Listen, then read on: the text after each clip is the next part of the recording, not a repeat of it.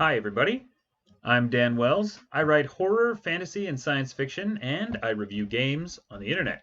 Today, we are going to be talking about not Infinity, the core game, but the Infinity GM kit. This is going to be a fairly short review because there's not a lot to cover in comparison to an entire role-playing game. But the kit is pretty neat. Modiphius has a little GM kit like this for most of its big game lines, and in general, they include two things. Number one is a little GM screen like this, okay? And number two is some kind of little booklet that contains some extra information or neat things going on. We'll get to that in a minute. First is the GM screen. This one is definitely smaller than the one for Star Trek. I think, in fact, this is the one I used to demonstrate that the Star Trek one was enormous.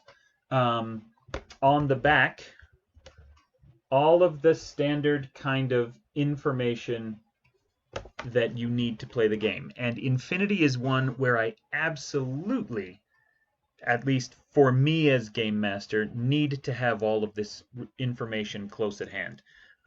For example, and I covered this in my review of the game, but can you see this here? The attack table.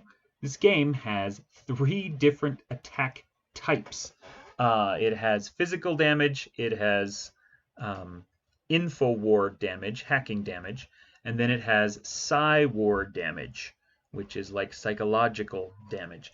And then you add in the fact that you can do physical is split into both melee and ranged. So there's 4 different attack types. There's 3 different wound types. There's 5 different skills that can be used to defend against the different types of damage.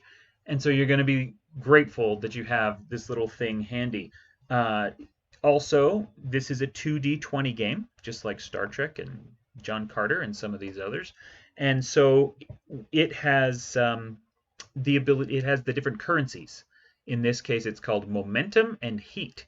What do you spend momentum on? What do you spend heat on? Players forget these a lot. I run 2d20 games all the time and end up usually having to repeat constantly or just give them a handout to say, here's the kind of things you can do with this stuff. It's all on the GM kit. So the GM has access to what are the kinds of actions you can take. There's a ton. Here's the enormous list of actions you can take. Different things. Obviously, test difficulty is good. Difficulty modifiers. The basic attack types and damage types. And then the conditions. There's a lot of conditions, and so those are all explained on there. The one thing on the list, there's barely any room for me here, is that I on the kit that I don't think is super valuable is this. I don't know if we need a giant paragraph to explain, for example, what swimming is, because it's not that difficult in the game. There's not a lot of extra rules involved, and so having nearly half of one of our 4 pages taken up with different types of movement and terrain feels like we didn't need that and could have used that space better. But there's wound effects. There's, what is physical wounds are called wounds, and there's a whole table for those. The psi-war psychological wounds are called metanoia. There's a whole table of those. And then the hacking wounds are called breaches, and there's a whole table of those. So it's got a lot of wonderful reference information. As was pointed out recently when I posted the Star Trek review, it started this kind of conversation on Twitter between Modiphius and fans and everyone. Everyone's talking about how much they love the little jam kit.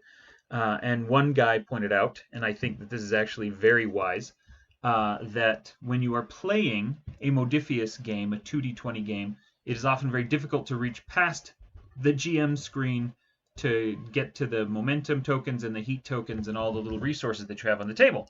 And so I usually just lay this down. And so then I have it in front of me and all of the reference information is close at hand, but I can still reach everything I need to reach. Honestly, I think most people do that with GM screens anyway, because we don't really need to hide anything from the players. And also, we need to reach the minis, or we need to reach the tokens, or we need to reach the Cheetos, or whatever it is that we need to reach. So GM screen, fantastic. Little booklet time. This little booklet contains 3 things. 2 of them are adventures, and we'll talk about those in a second. But the very middle section is about recreations. How can you see that? There you go. So one of the things that Infinity has in its cyberpunk world building is what's called recreations. It's very easy in this society to create new bodies called L-hosts. There's not actually a hyphen in there, so maybe it's pronounced losts. I don't know. L-hosts. It's very easy to do those. And it's also very easy to have uploaded consciousness. That's something that the Haq Islam faction has. They've created the cubes, and that technology, if you die but you have a cube, then they can take that out and stick it into another L-host, and then they've managed to preserve your knowledge and your memories and your personality. And so, yay for that. But what recreations are is fascinating. There's actually a very strict law in the human sphere which says that there is only one true AI allowed. But there are rogue AIs, there are aspects of the big AI, Aleph. Aleph can split itself into aspects, and some of these aspects can be specifically built so that they form recreations of ancient personalities. So, for example, one of the first ones that they did, I think maybe the first one that was created, is Joan of Arc. They decided that they were going to build a Joan of Arc, and so they recreated her brain, her personality as closely as possible, even her memories, and they put it into a cube, and they stuck it into an L-host, and then they had Joan of Arc. They've got a bunch of others that have been created since, like Sun Tse, William Wallace, Saladin, and they are just kind of kicking around. They're very famous and important people within the human sphere. What's interesting, and what the people who created this recreation program weren't expecting, is that when you recreate the personalities and attitudes of ancient rebels, they are not going to do what you tell them to do. And so Joan of Arc, while she has not outright rebelled from the people who, are her government, she does not follow their rules when she thinks they're wrong. She does her own thing. She stands up for her own principles, and that's especially true of all the others as well. Sun Tse and William Wallace in particular, you're not going to tell him what to do, and Saladin, all of them. So the only one that really toes the line, I guess, is Achilles, who's a special Aleph recreation, and is used just as a great warrior who fights off the aliens, and yay. So if you want to learn a bunch more about the recreations, I don't know why that is in the GM kit rather than like the Aleph book or something, but it is. So yay, it's here, and there's stats for a bunch of them, and there's a lot of great information. Now, the other 2 things, the front of the book and the very back of the book, are 2 adventures.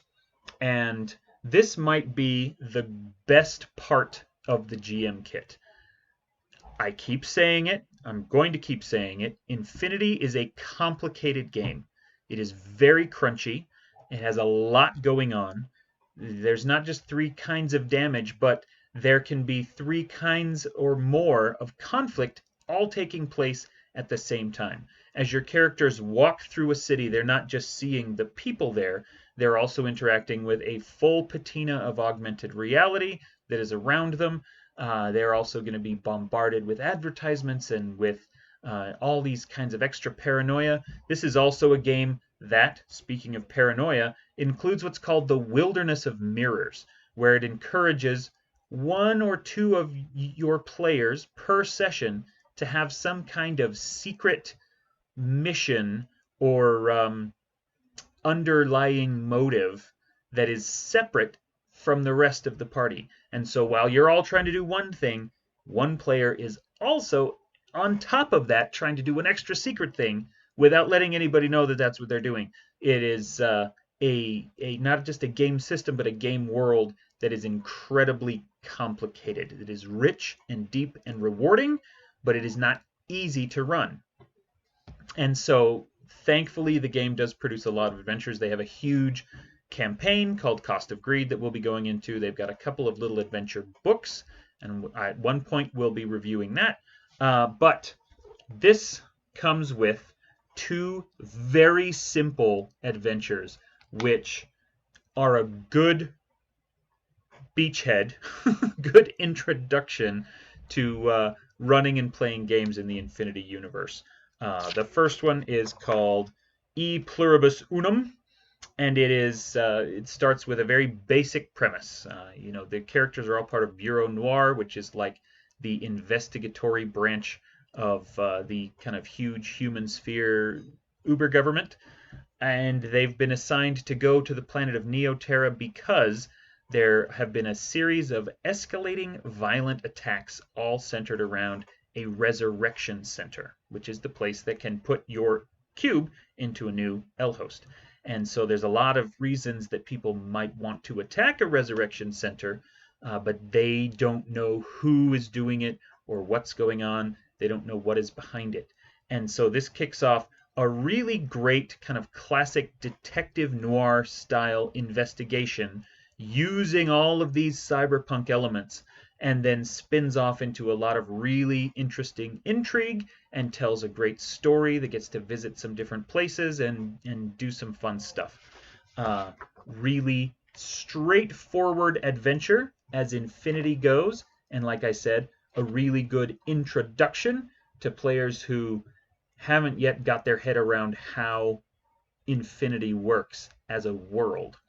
The other one is called the Mitosis Code, which starts off similar premise. You work for Bureau Noir, somebody has been murdered, and you need to go figure out why. This is a different focus, whereas the other one was people are attacking this thing, the Mitosis Code. Oh, I'm sorry, it wasn't about a murder.